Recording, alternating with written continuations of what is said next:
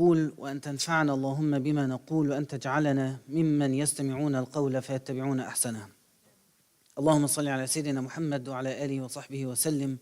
اللهم صل على سيدنا محمد وعلى آله وصحبه وسلم. اللهم صل على سيدنا محمد وعلى آله وصحبه وسلم تسليما كثيرا ولا حول ولا قوة إلا بالله. These days are, as we all feel, the heaviness of these days are days of fitna, tribulation, if you can call it like this. 134 days of fitna. And when I say fitna, I mean it. It is a tribulation that is presented to the hearts, raising some people and lowering others, guiding some people to faith and misguiding others to disbelief. So these are days of fitna. And we all understand why and we all know why. So it is meant for everyone in these days to be presented to fitna, to this fitna, and fix his iman and try to, as I said in yesterday's khutbah, at-tarqiya, like patch his iman and find the holes or the gaps in his iman and tries to fill it with the ayat, the Quran, ibadah, and so on. And we have to admit to ourselves that none of us is safe. None of us is immune from al-fitna.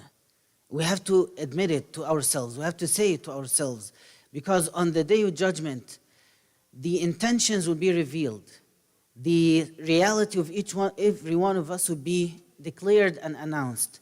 And as Allah said, Allah knows whatever you hide and whatever you make public.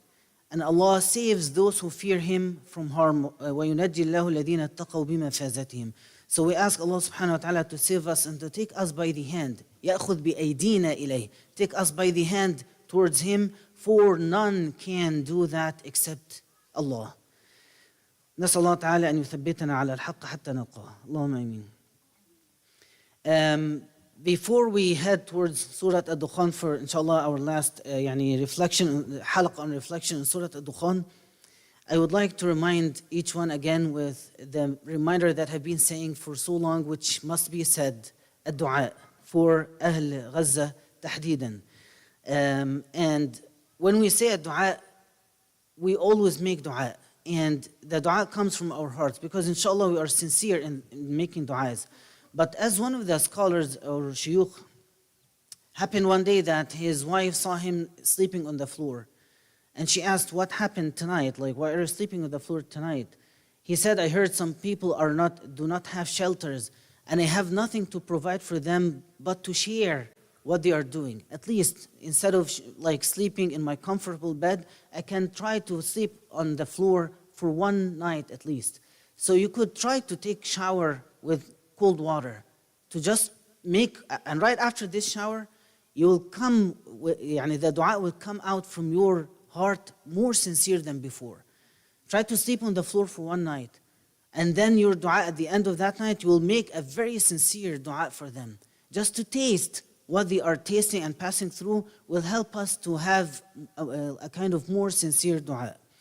And one of the scholars also mentioned that he knew someone. That person was not knowledgeable and was not religious. He was a regular person like most of us. But his children were perfect, as the scholar thought. His children, he had a very amazing children, all of them knowledgeable, praying on time in masjid, memorized Quran. And he kept wondering, how could that person, from the scholar's perspective, he shouldn't be judgmental in that way, but this is what he said.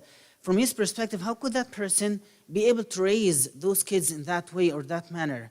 So he went up to him and said, what is your secret? There must be a secret because I see all your children, none of them, he had maybe 7 children, all of them were very good. And you are not that perfect. Of course, again, this is not very beautiful to be said, but this is how he saw things. So that man said, I know my secret. My secret is whenever I see a child anywhere, even if I don't know him and I do not know his parents, I would make dua for him. Ya Allah, bring up this child, أدبه بأدبك, علمه من علمك. Ya Rabbi, ارزقه نية صالحة وصحبة صالحة. I make all types of dua for every child I see. Like you see children here, you don't know them. You don't know even their names, you don't know their parents, but your heart makes dua for them. And this sincere dua is what reflected on his children, and Allah brought them up for him in the best way any parent would dream of. So الدعاء بظهر الغيب, making dua for them, our people in Gaza, is very important, as I said, for us. It's not just important for them, also for us. So there are these ways of trying to experience some of what they are experiencing, and also try to make dua for everyone you see from the community here around you, which will eventually, inshallah, have a very beautiful impact on your family.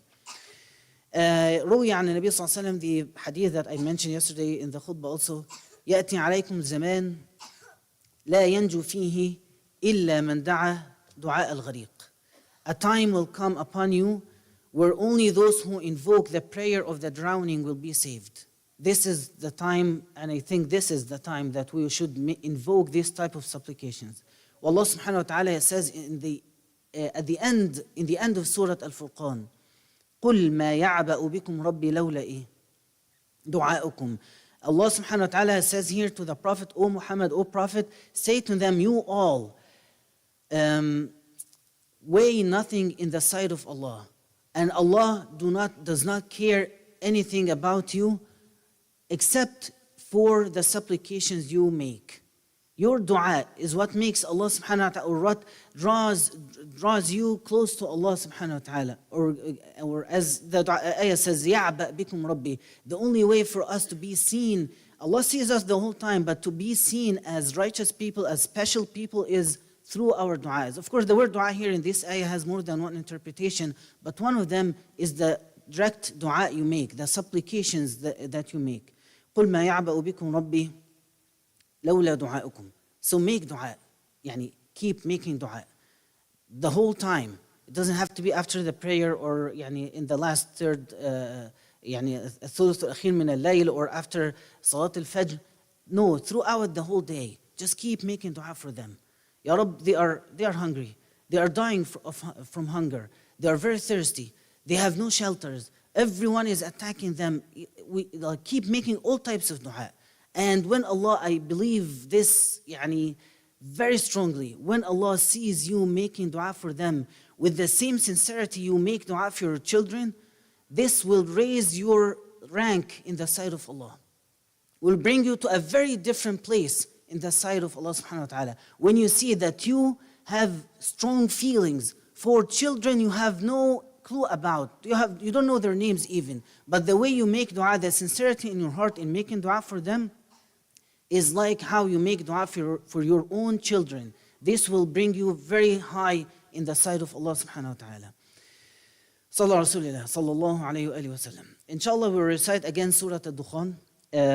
We will finish reciting it today and finish the khawatir around Surah Al-Dukhan. For now, we will do from Ayah 1 to Ayah 29, where we left off last time. فَمَا بَكَتْ عَلَيْهِمُ السَّمَاءُ وَالْأَرْضُ. We will recite it first, and then we will have some reflections on them. So, if you have your mushaf, or you can listen if you want. أعوذ بالله من الشيطان الرجيم. بسم الله الرحمن الرحيم. حميم والكتاب المبين إنا أنزلناه في ليلة مباركة إنا كنا منذرين فيها يفرق كل أمر حكيم أمرا من عندنا إنا كنا مرسلين رحمة من ربك إنه هو السميع العليم رب السماوات والأرض وما بينهما إن كنتم موقنين لا إله إلا هو يحيي ويميت ربكم ورب آبائكم الأولين بل هم في شك يلعبون فارتقب يوم تأتي السماء بدخان مبين يغشى الناس هذا عذاب أليم ربنا اكشف عنا العذاب إنا مؤمنون أنى لهم الذكرى وقد جاءهم رسول مبين ثم تولوا عنه وقالوا معلم مجنون إنا كاشف العذاب قليلا إنكم عائدون يوم نبطش البطشة الكبرى إنا منتقمون ولقد فتنا قبلهم قوم فرعون وجاءهم رسول كريم أن أدوا إلي عباد الله إني لكم رسول أمين وأن لا تعلوا على الله إني آتيكم بسلطان مبين وإني عذت بربي وربكم أن ترجمون وإن لم تؤمنوا لي فاعتزلون فدعا ربه أن هؤلاء قوم مجرمون فأسر بعبادي ليلا إنكم متبعون واترك البحر رهوا إنهم جند مغرقون كم تركوا من جنات وعيون وزروع ومقام كريم ونعمة كانوا فيها فاكهين كذلك وأورثناها قوما آخرين فما بكت عليهم السماء والأرض وما كانوا منظرين.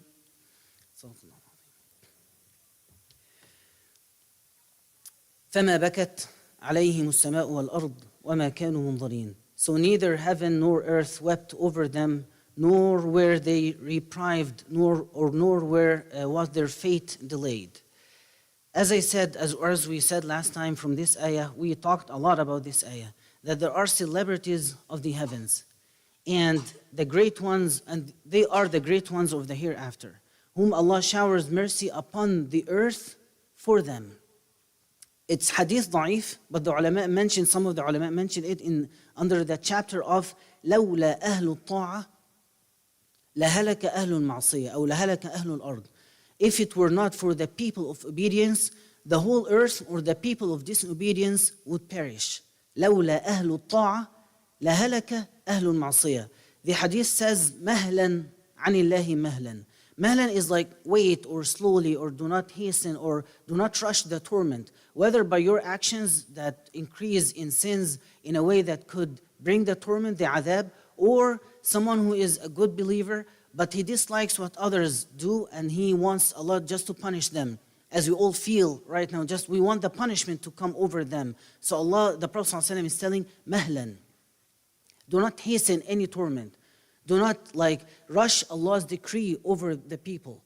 Mahlan anillahi mahlan, for if it were not for youths who are humbled, or animals, or elders who kneel in the prayer, or infant children, the torment would have been inflicted upon you like a flood.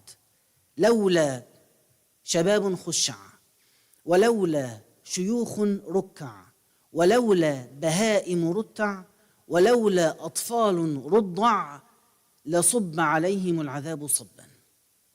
If it were not for youths like young men and women who pray and they repent, and elders who kneel in the prayer, and animals that are innocent, and children that are infant children, if it were not for these people, لولا أهل, these people of obedience, if even the animals, they are creatures of obedience, if it were not for them, the punishment would have pouring from the heavens to the earth like floods.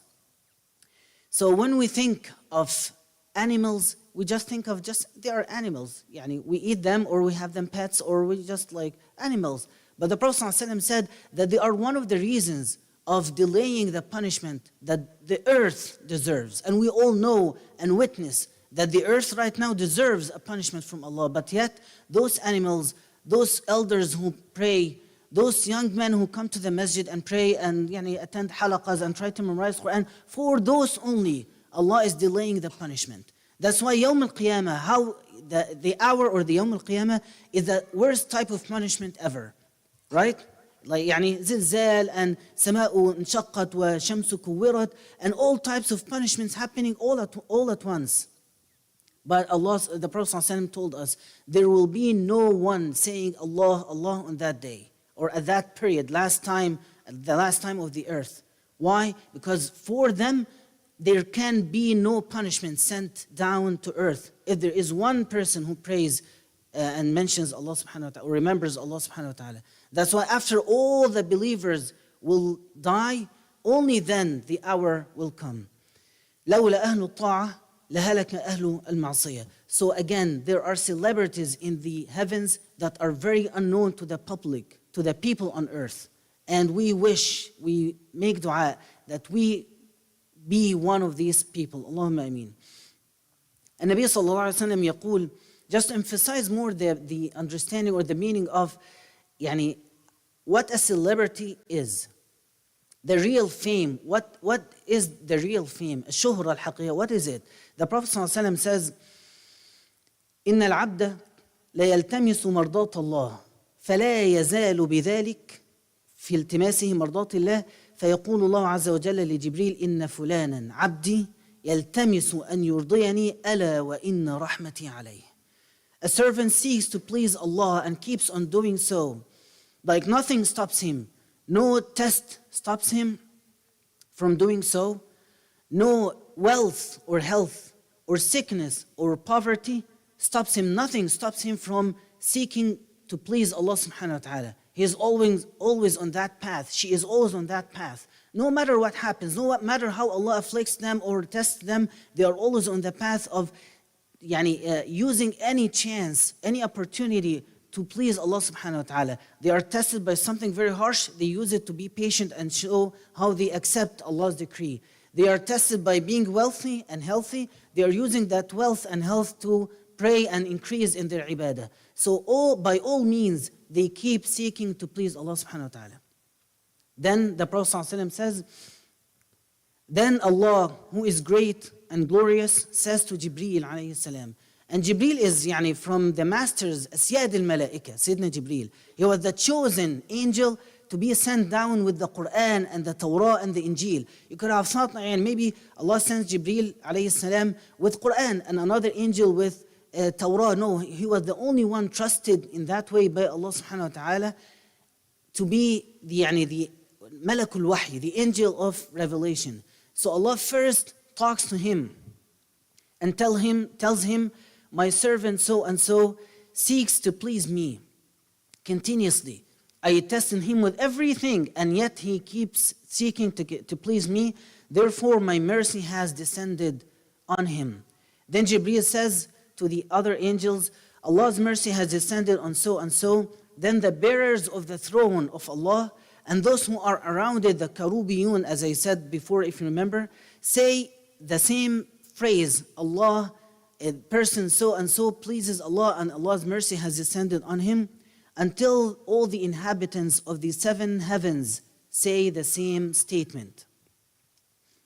When I ask you, okay, after that the Prophet ﷺ mentioned the ayah or recited the ayah, إِنَّ الَّذِينَ آمَنُوا وَعَمِلُوا الصَّالِحَاتِ سَيَجْعَلُ لَهُمُ الرَّحْمَنُ وُدًّا. And as for those who believe and do good, the most compassionate Ar-Rahman will certainly bless them with genuine love. The genuine love here is not only love from people around him. The Prophet ﷺ, Sayyidina Muhammad, was hated by the people around him at some point in Mecca. So what is the love that Allah puts for those who do good deed and believe in him? سَيَجْعَلُ لَهُمُ الرَّحْمَنُ وُدًّا, from every creature, starting from the earth all the way up to the seven heavens. So even if they are unknown among the people around them, but they are very well known and they are the real celebrities in the heavens. Al-Hadith al-Akhar, the other hadith that you may know, Nabi sallallahu alayhi wa sallam يقول, when Allah loves a slave or a servant, he calls out Jibreel and says, I love so and so, so love him. Al-Hadith says, فَيُحِبُّهُ Jibreel. You imagine this? Then Jibreel loves him. Immediately, al-Malaika, they do not love or hate unless Allah commands them. They are not like us, they are very different. So then Jibreel loves him. And you imagine Jibreel alayhi salam, this whole Quran that we نقدس the whole time, well, every single word and ayah and letter in this Quran was revealed by Jibreel alayhi salam. He was the messenger from Allah to the messenger Muhammad sallallahu alayhi wa sallam. So that Jibreel alayhi salam loves him. فَيُحِبُّهُ Jibreel. That fast. That just the moment that Allah loves a servant, And this happens after the servant seeks to please Allah subhanahu wa ta'ala. Then after that, Jibreel announces to the inhabitants of the heavens that Allah loves so and so, so love him. Another command from Jibreel to the inhabitants of the heavens and the seven heavens. Then the inhabitants of the heavens, the angels also love him, and then make people on earth love him. So, these are again, connecting this to the ayah, فَمَا بَكَتْ عَلَيْهِمُ السَّمَاءُ وَالْأَرْضِ. When Fir'aun and his soldiers died or drowned in the river, the heavens, neither heaven or earth wept over them, but there are other people that heavens and earth will weep over when they depart this earth and die. The upper celebrities. نسأل الله أن يجعلنا منهم. اللهم آمين. So the question here is, what do you think of yourself? And what do I think of myself? When our deeds come to an end and we are lifted up, our souls are taken up through the heavens, what do you think of yourself? It's a very important question. Again, every one of us has a reputation among the inhabitants of the heavens. The seven, they know us very well. Even if you remember from the story of Yunus alayhi salam, when he was in the middle of the ocean, in the belly of the whale, he kept saying dhikr. So the malaika, what did they say? They said to Allah, they heard his voice, they recognized that voice. We know that voice, صوت نعرفه. They went up to Allah. In the middle of the ocean, they are not used to hear a human in the middle of the ocean alive and mentioning Allah subhanahu wa ta'ala. He's supposed to be dead. So they went up to Allah. Malaika, like the Prophet said, سَيَّحِينَ فِي الْأَرْضِ. They keep traveling all over the earth. So they went up to Allah and they said, Ya Allah, صوت نعرفه, a voice that we recognize, من مكان أو من بلاد لا نعرفها, from a place that we do not know or we're not used to hear that voice from. Then he said, Allah, ذلك صوت عبدي يونس. This is the voice of my servant Yunus alayhi salam. And then Allah mentioned that partly in the Quran, فَلَوْلَا أَنَّهُ كَانَ مِنَ الْمُسَبِّحِينَ. For that he was not one of those people who do tasbih, he would have stayed in that spot, in the belly of the whale until Yawm al-Qiyamah. This tasbih is not tasbih that he made in the ocean. This is the tasbih that he made when he was in his back home, safe. And that tasbih that the angels recognized him by. For that time that he made tasbih, then the angels were the reason for him to be saved. So when you think of yourself, think in that way. What is your reputation among the angels? They know you and they know me. They recognize our voices. What do they hear from us the whole time? Whatever we say, إِلَيْهِ يَصْعَدْ الْكَلِمُ الطَّيِّبُ. All the good words ascend to Allah. وَالْعَمَلُ الصَّالِحِ يَرْفَعُهُ. And the good deeds are taken up to Allah subhanahu wa ta'ala. So everything goes from here up to Allah, ascend to Allah subhanahu wa ta'ala. And they pass by the inhabitants of the seven heavens. So they recognize our voices, they know our deeds, and they hear us. And they are aware of what we're doing. And we have a special reputation among them. So finally, for this ayah, the unseen realms hide from us a lot of celebrations, and the reality of the fame, as if we would cry blood if al-hujub tukshaf, if these veils that cover our eyes are taken away and we see through, we will cry blood for every time that is not spent in the proper way. صلى رسول الله صلى الله عليه وسلم. And من صفات يوم القيامة, one of the attributes or characteristics or names even of يوم القيامة, خافضة رافعة. It brings low some people and raises high others. Opposite what we see in this earth, on this earth. We see some people very high, have very high standing, and we think they are something, but on the day of judgment, they are nothing. خافضة رافعة. And other people, we thought they are nothing, and they turn out to be, have a very high standing in the sight of Allah. And lastly, صلى الله عليه وسلم, sallallahu alaihi wasallam, which is a very important note here. Awliyaullah, يعني they translate it to the allies of Allah, or the يعني special people in the sight of Allah. Awliyaullah are not necessarily in a state of living in comfort. This is very important to be said. Because when we think of, okay, Allah loves me, and He said to Jibreel to love me, and He said all the creatures love me, so I must have very good health and the best status in this life, I must be the happiest person. No, that's not true. Because the best example for those people, awliyaullah, is the Prophet ﷺ.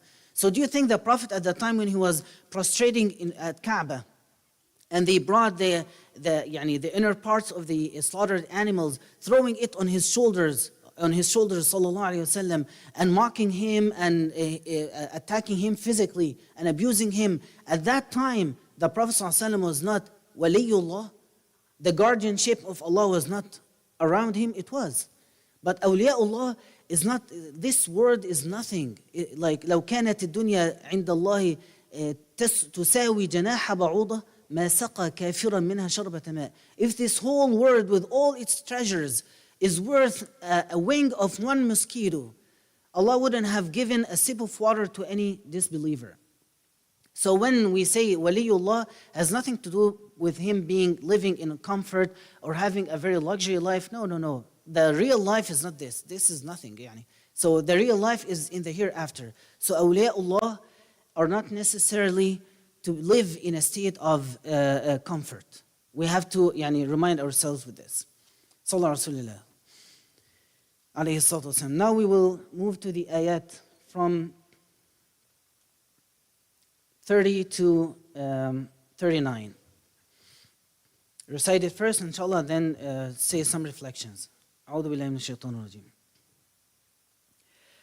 ولقد نجينا بني إسرائيل من العذاب المهين من فرعون إنه كان عاليا من المسرفين ولقد اخترناهم على علم على العالمين وآتيناهم من الآيات ما فيه بلاء مبين إن هؤلاء ليقولون إن هي إلا موتتنا الأولى وما نحن بمنشرين فأتوا بآبائنا إن كنتم صادقين أهم خير أم قوم تبع والذين من قبلهم أهلكناهم إنهم كانوا مجرمين وما خلقنا السماوات والأرض وما بينهما لاعبين ما خلقناهما إلا بالحق ولكن أكثرهم لا يعلمون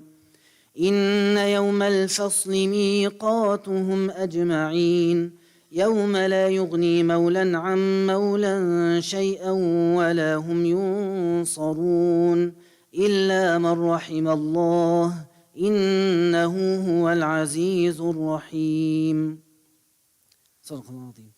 Don't forget, our intention for reciting Al-Hawamim is to ask support and help for our brothers in Gaza and our people in Gaza. ربنا ينصرهم ويرزقهم ويعجل بالفرج عليهم اللهم آمين. So I recited actually more up to ayah 42.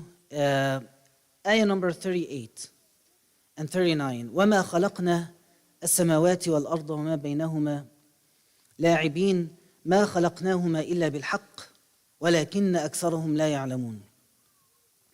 And we did not create the heavens and the earth and what is between them to play. We did not create them except with truth, but most of them do not know. Here, this is a very important ayah. And it's mentioned in the Quran a few times, the concept of that the creation of the heavens and the earth have a purpose or has a purpose.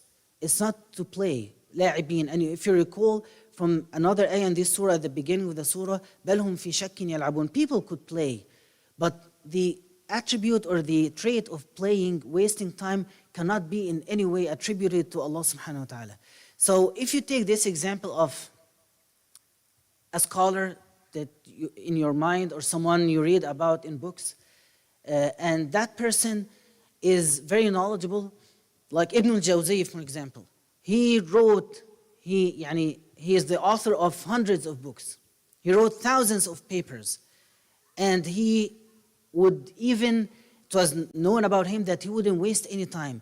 And he said, if socializing is not a mandatory, like it's an obligation for me to meet my family and meet my relatives. So he said if it was not an obligation, I wouldn't have met anyone. But he used to do this. When the people come over, when his family, like for example, come over to his house or stay at his house or spend time with him, he would use that time to arrange his books and to just sort some papers and do something while he is talking to them. And it was also known that when he uses al-khala, the bathroom, he would have someone recite some books or read some from the books so he can listen and benefit through that time. So that person, when you think of him, a very knowledgeable, serious, someone doesn't waste any second, any moment of his life. Someone takes life very seriously. Someone was raised, there was no phase in his life. He wasn't like this. He even, some other scholars said about him that he was, he knew that he was a very special person. It was known from his speeches that he is a very special person. If you saw that person, this type of person, if you saw him playing chess, for example, what would you think of him? Playing chess? What would the first thing would come to your mind? What would it be? It's not him. What else would you say to yourself? He must have, naam.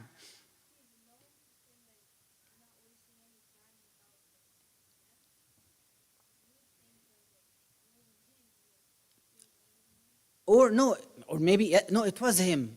But you will say that he must have an intention for Allah, for the sake of Allah, through playing chess, right? He must have something. So this is how our assumption of a human, of a man. So, وَلِلَّهِ الْمَثَلُ الْأَعْلَى. That's why I give that example. And to Allah belong the best examples or the perfect example. So when you think of Allah, someone who mastered Allah subhanahu wa ta'ala, mastered the existing system. Everything is created in a very balanced way. If we all know this, everything in this whole world is created precisely. So when you think of Allah creating this whole world in that very precise way, for no purpose, la'ibin, just to play, to enjoy, hasha lillah, wastaghfirullah to say that. So that example of that Imam Ibn al-Jawzi, for example, is an example to tell you you could have, some people around you, the concept of playing does not cross their minds. They don't do anything for playing. They always have a purpose and intention for whatever they are doing. So when you look and give the best example to Allah subhanahu wa ta'ala, Allah is telling you, la'ibin. This is how you might think of Allah. Yes, you think, there are many mass killing and many kids suffering and women suffering and people yatajabbarun and torture others. And we see a lot of things that we are 100% certain that Allah is not pleased with these things. But when you go back and start to having doubts, so what is the purpose of this creation if Allah doesn't like what is happening from His own creation, His own made? Then you tell yourself this ayah, وَمَا خَلَقْنَا السَّمَاوَاتِ وَالْأَرْضَ وَمَا بَيْنَهُمَا لَاعِبِينَ. And after that, not only that He said, we did not create that to play, after that He said the same meaning in a different way. مَا خَلَقْنَاهُمَا إِلَّا بِالْحَقِّ وَلَكِنَّ أَكْثَرَهُمْ لَا يَعْلَمُونَ. Most of them, the majority of people, do not know what is the truth, what is the purpose. Some could know, and of course some knew the purpose of this or to some extent, but the majority do not know. What we need to know is to believe in this ayah, whether we understand the wisdom of the creation of the heavens and the earth and everything happening on earth, or we do not, we have to at least believe in these two ayat. Then in ayah number 40, Allah says, إِنَّ يَوْمَ الْفَصْلِ مِيقَاتُهُمْ أَجْمَعِينَ. Yawm al-Fasl is one of the, Allah here says, surely the day of final decision is the time appointed for all. Yawm al-Fasl is one of the names of Yawm al-Qiyamah, right?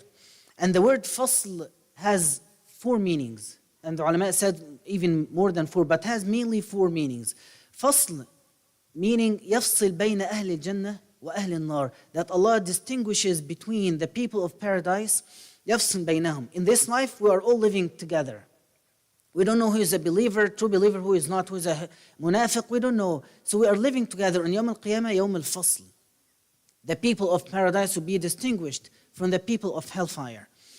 And the second meaning, يوم الفصل في الحكم والقضاء بين العباد.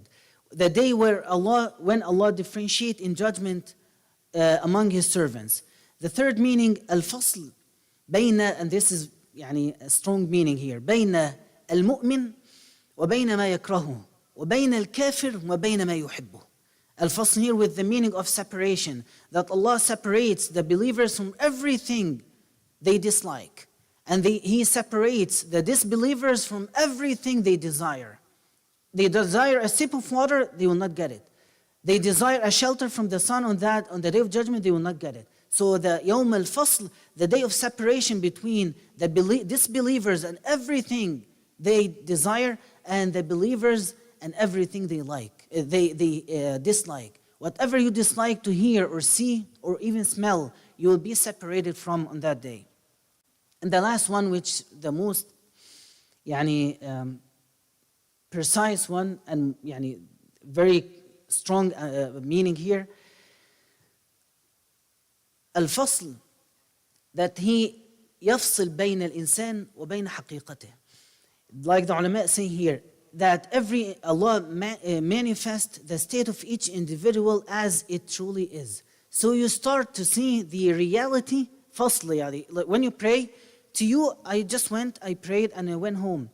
But on that day, al-fasl will happen, that you will start to see the reality of prayers and how prayers bring people in a very high status in the sight of Allah.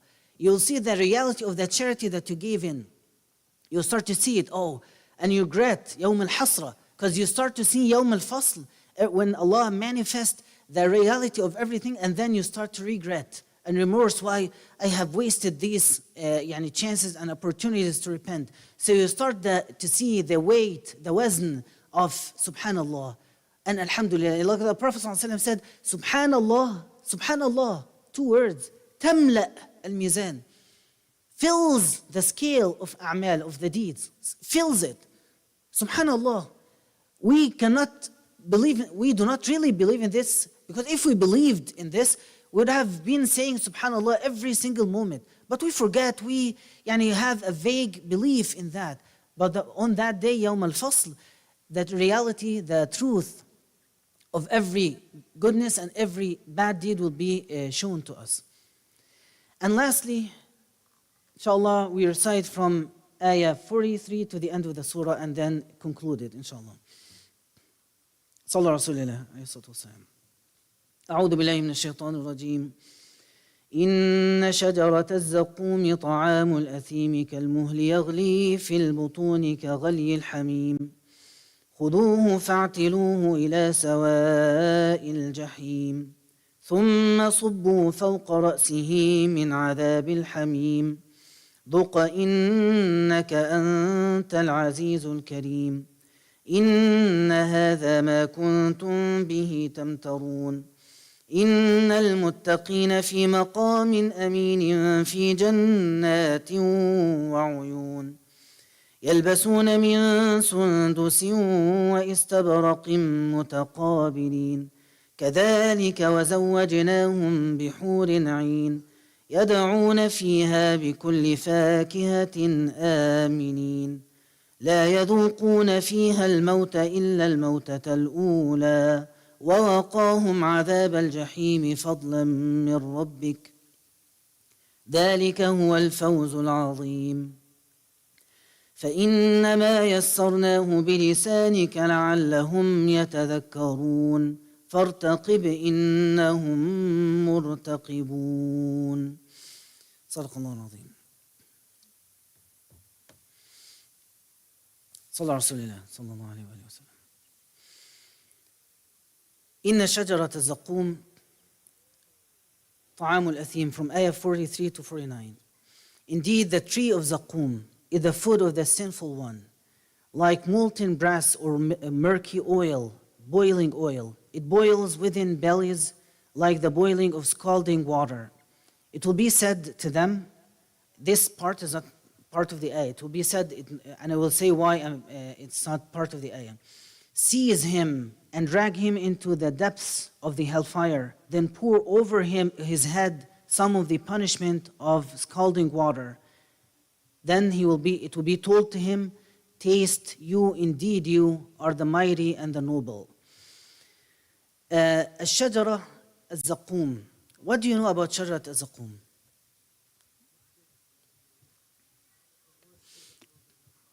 A tree that will grow in hellfire. Yeah, what else do you know about it? Yeah, the fruits looks like the heads of devils. طلعوها كأنه رؤوس الشياطين. What else? نعم. So bitter, yes. Don't you see it? Okay. Go back to Surah Al-Baqarah. النار وقودها الناس والحجارة. The fuel of nar, of hellfire, is people and stones, which means the fire will be burning people and burning stones. And yet, there is a tree that will grow in that fire. Does that make sense to you? We believe in this, but does it make sense to you? A tree will grow in a fire that will burn people and stones? Doesn't make sense. And this is what I'm sorry to say this, but Abu Jahl said the same. He said, Muhammad is threatening us that we will be eating a tree that is growing in the fire, and yet he's saying that fire will burn people and stones. And he used it to convince people not to listen to the Quran. One person went one day to Sayyidina, to one of the scholars. A man went to one of the scholars and said to him, how could jinn be punished in hellfire, in fire, while they are created from fire? What did the scholar do you know? Yeah, okay, what did he do? Yeah, he took a rock and hit the man, and he said, you are created from sand, and the rock is made from sand. So the type of creations and how they transform and how Allah transforms them is different. So there will be a tree planted and growing in hellfire, and the people of hellfire will eat from it. And Allah described this tree, He named it as Zaqum. And He described it by saying, الشجرة الملعونة, the cursed tree in the Quran. In the Quran, in the recital, like maybe in the Quran, like in the Lawh al-Mahfuz, in all recitals, this tree is cursed because the people will eat from it are the cursed ones. الشجرة الملعونة في القرآن. So, إن شجرة الزقوم. So the beginning of describing the punishment here is a very different scene. It's not telling that they will be punished and tortured or no. شجرة الزقوم. Verily or indeed, the tree of Zaqum will be the food for the sinful ones. So when you think of this, why does Allah, tell me your thoughts, why does Allah start describing the punishment by mentioning their food? It gives many meanings, by the way. So I just want to hear your thoughts about it. Food, it doesn't, like punishment is to deprive them from food, from eating. So what is the connection here? What is the point now?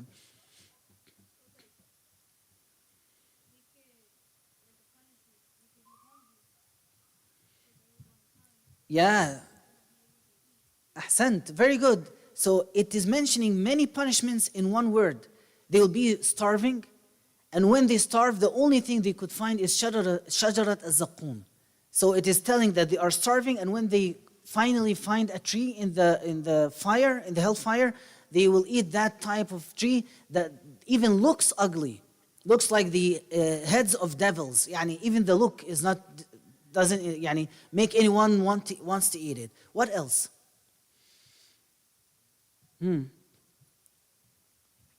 I'm trying to relate it to the current events that we are aware of. Right? Did you get it? So they are starving the people of Gaza, and Allah is telling, because at the time of the Prophet ﷺ, they besieged the Prophet for 3 years, and his families and his tribe for 3 years, not trading with them, not buying or selling to them any food until they, as you know the story, they started to starve and wouldn't find anything to eat. So Allah is telling them, you're doing this? You think that you're very powerful to deprive my righteous servants from food? This is the food that is waiting for you on that day. إن شجرة الزقوم. And then, طعام الأثيم كالمهل يغلي في البطون كغلي الحميم خذوه فاعتلوه إلى سواء الجحيم ثم صبوا فوق رأسه. Then pour over his head some of the punishment. You might think this is something not very real. No, go back to Surah Al-Hajj and listen to the ayah فَالَّذِينَ كَفَرُوا قُطِّعَتْ لَهُمْ ثِيَابٌ مِّن نَارٍ. Like garments of fire will be cut out for them. وَيُصَبُّ مِنْ فَوْقِ رُؤُوسِهِمُ الْحَمِيمُ. And boiling water will be poured over their heads again. يُصْهَرُ بِهِ مَا فِي بُطُونِهِمْ وَالْجُلُودِ. Melting their insides and the skins. وَلَهُمْ مَقَامِعُ مِنْ حَدِيدٍ. And for them striking hammers of iron. So the ulama said, angels will bring a hammer, iron hammer, and they strike their heads. It cracks open. Then they pour hamim, melting oil or melting whatever hamim is, and then the wounds that happen here will go back again and then this punishment will be repeated. When you think of this, who on earth deserves this type of punishment forever? There are people deserve it. Inshallah, not us, but there are people deserve it.